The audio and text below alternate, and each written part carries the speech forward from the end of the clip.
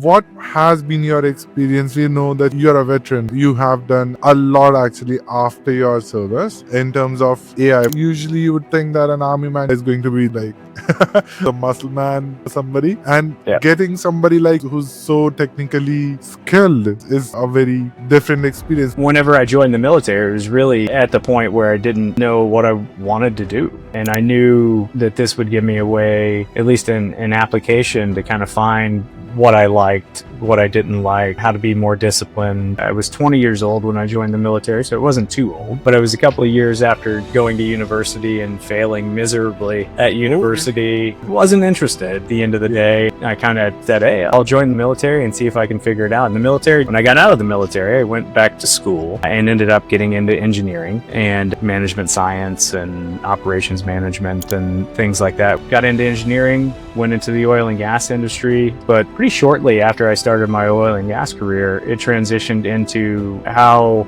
can we find new technologies that we can apply to the industry? And that's really where sort of the technology focused portion of my life got started. I didn't apply for a technology job. I happened to be the youngest person on my team, and they were like, we'll just let him do it. I got to work on a bunch of global projects all around the world, understand how machine learning models could be developed and applied in really disparate and distance locations, how we could connect information, how we could sort of grow a business around that intelligence, and how we could grow efficiencies in a business around that intelligence.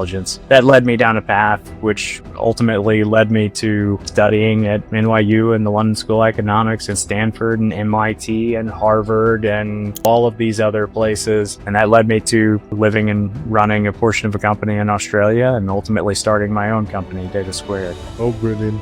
Brilliant.